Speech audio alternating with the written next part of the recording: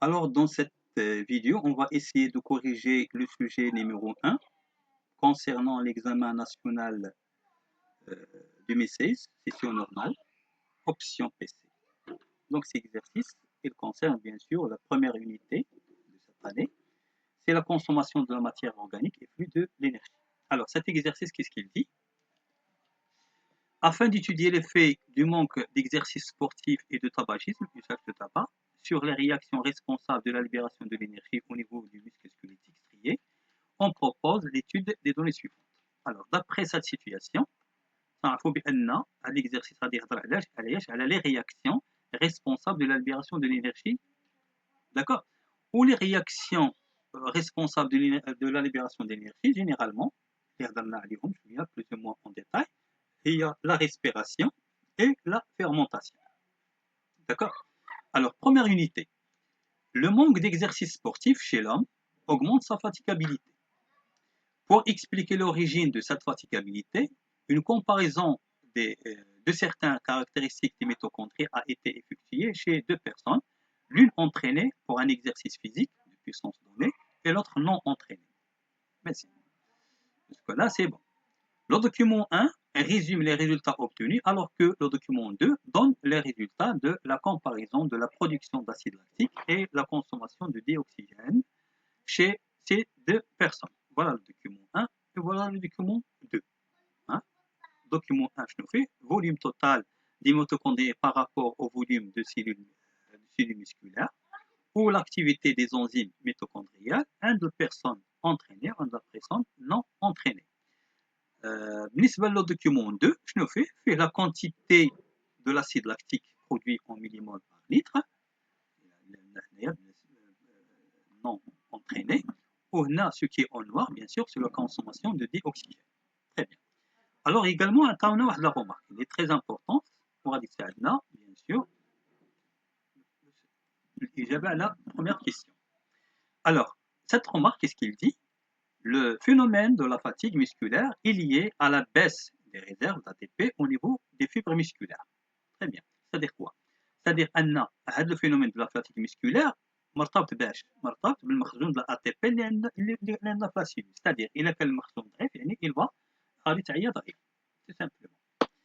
Alors, la question c'est, en exploitant les données des documents 1 et 2, expliquer l'augmentation de la fatigabilité observée chez la personne non entraînée.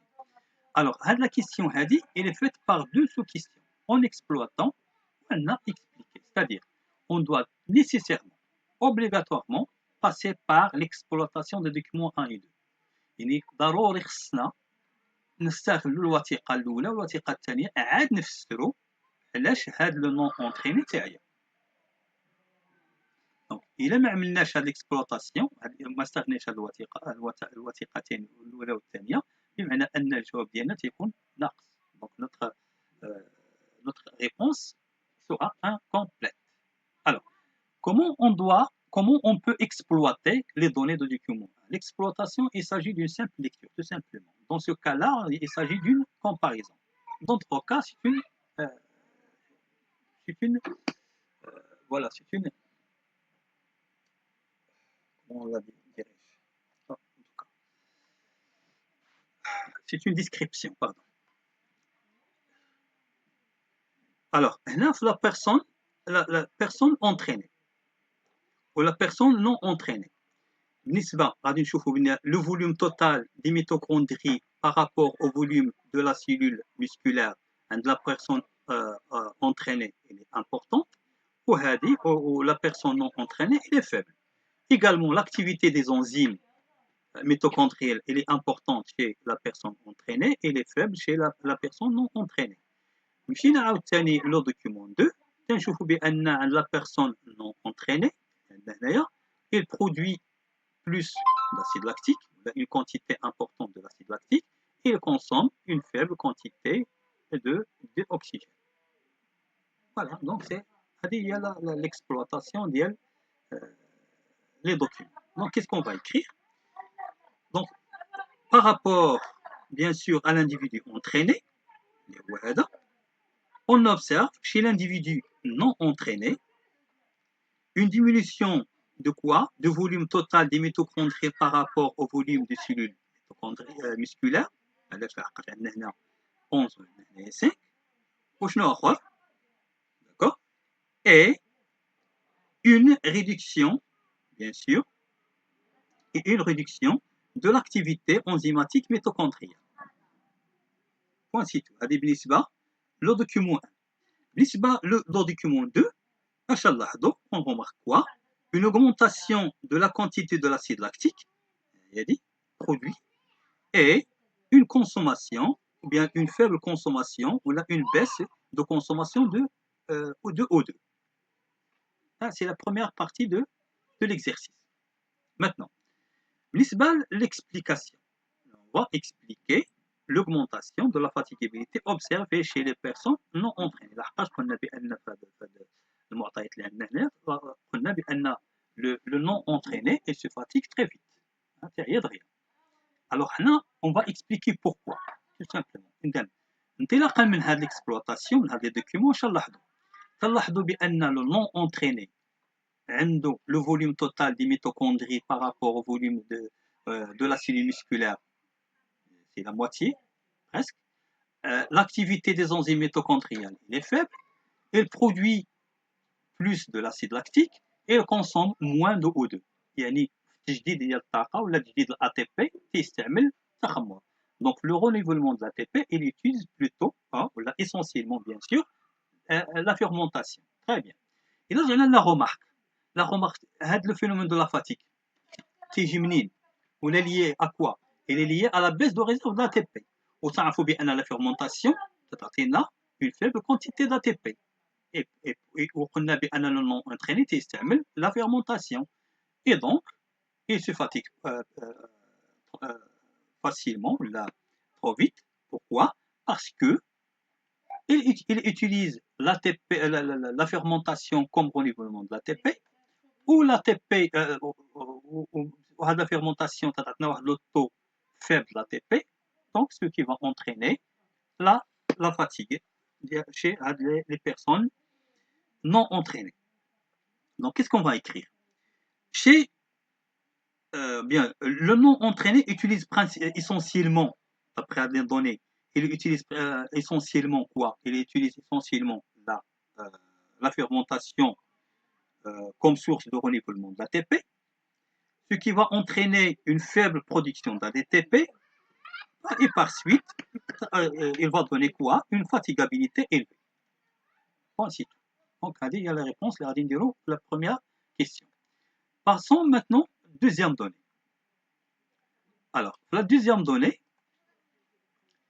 alors, pour mettre en évidence l'effet de tabagisme sur l'effort musculaire, un groupe d'élèves fumeurs a été soumis à un test de l'endurance. Ce test consiste à courir avec une vitesse qui croît progressivement de 1 km par heure, toutes les 2 minutes, bien sûr, jusqu'à la fatigue totale. Ceci permet de déterminer la vitesse maximale aérobie, VMA. VMA, il exprime quoi? Le volume maximal de dioxygène consommé par l'individu testé. Voilà. Le document 3 représente les résultats en unités arbitraires obtenus chez ce groupe d'élèves comparé à un groupe témoin composé d'élèves non fumeurs. Donc voilà, le document 3 il est là. VMA en unité arbitraire, les non-fumeurs et les fumeurs. La question, en utilisant les données, le document 3, comparer l'endurance des élèves fumeurs et celle des élèves non-fumeurs. C'est bon. Alors, même chose, la première question. Il est composé de deux sous-questions. On va utiliser le document 3. انطلاقا من هذا الدوكيومون 3 on va comparer القدرة ديال التحمل أو l'endurance عند les élèves fumeurs ou les élèves non fumeurs. تعرفوا بأن ال VMA هو il exprime le volume maximal des dioxygènes consommés par l'individu testé. Voilà, donc c'est bon. Je vais vous comparer. Qu'est-ce qu'on dit? Qu'est-ce qu'on peut dire, pardon? Chez les élèves fumeurs, fais-moi les élèves fumeurs, d'accord? VMA ديالهم كيفاش هو il est important. Il est de l'ordre وتندير الاسقاط وغادي نشوف شحال عندي 15,7 ولا 0,8 UA. Alors que بالنسبة للنون فumeur, pardon, alors بالنسبة للفumeur, elle est de l'ordre de 14,5. D'accord. Idem, اش يكون عندنا une faible endurance des fumeurs par rapport à celle de non-fumeurs.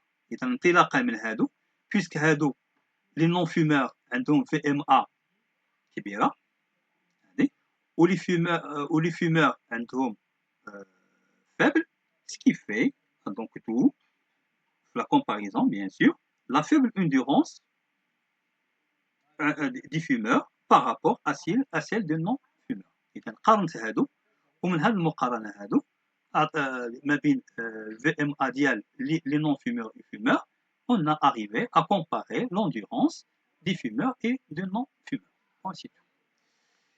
Alors, بالنسبة les autres questions, غادي نحاولوا نعملوهم في une deuxième vidéo, Inch'Allah. Et à bientôt.